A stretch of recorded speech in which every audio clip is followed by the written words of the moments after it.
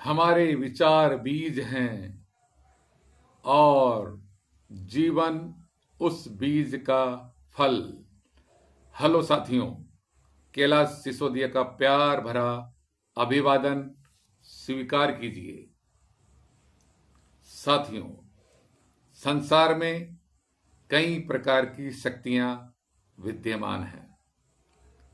शारीरिक शक्ति, मानसिक शक्ति, सामाजिक शक्ति, राजनीतिक शक्ति, सैनिक शक्ति और भी कई प्रकार की शक्तियां होगी। लेकिन क्या आप जानते हैं, इन सब शक्तियों से भी पावरफुल एक और शक्ति है जिसे विचार शक्ति कहते हैं। हाँ साथियों, विचार शक्ति, क्योंकि विचार शक्ति निराकार होती है, सूक्ष्म होती है और चैतन्य होती है, जबकि दूसरी जितनी भी शक्तियां होती है वे सब शक्तियां स्थूल होती है।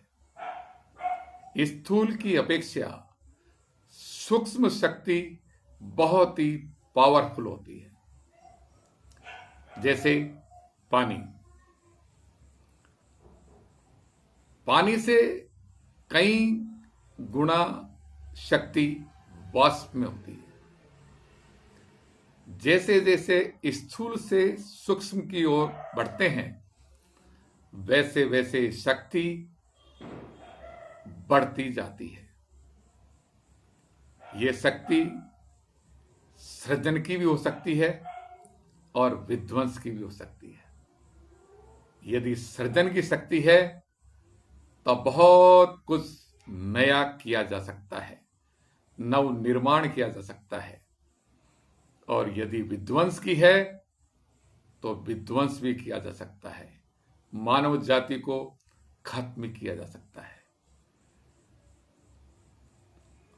जैसा हम सोचते हैं वैसा ही हम बनते जाते हैं। ये बात तथागत बुद्ध ने कही है। हमारे जैसे विचार होते हैं वैसा ही हमारा जीवन बनता जाता है। यदि हम सकारात्मक सोचते हैं, सकारात्मक विचारों से अपने आप को भरते हैं तो जीवन बहुत बेहतर बनता है। जीवन में सृजन की संभावना बहुत अधिक हो जाती है, नया निर्माण होता है। और यदि हम नकारात्मक विचारों से अपने आप को भरते हैं या नकारात्मक सोचते हैं तो मानिए कि जीवन में हर दिन चारों ओर आपको समस्याएं ही समस्याएं नजर आएगी। हर चीज में आपको डर, शक और असफलता छिपी हुई लगेगी। जबकि सकारात्मक विचारों से आपको हर एक समस्या, एक चुनौती आपको अवसर लगने लगेगा। आपके लिए ठोकर भी एक सबक बनने लगेगी। हमारे जो विचार है ये हमारा एक प्रतिबिंब है, हम उसी का एक प्रतिबिंब है।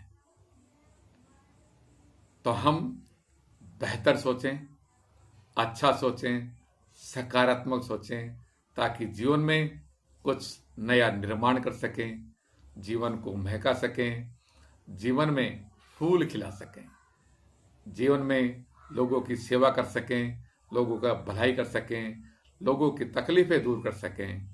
यदि हम परमार्थ और अच्छी बात सोचेंगे तो हमसे नव निर्माण होगा, नव सर्जन होगा।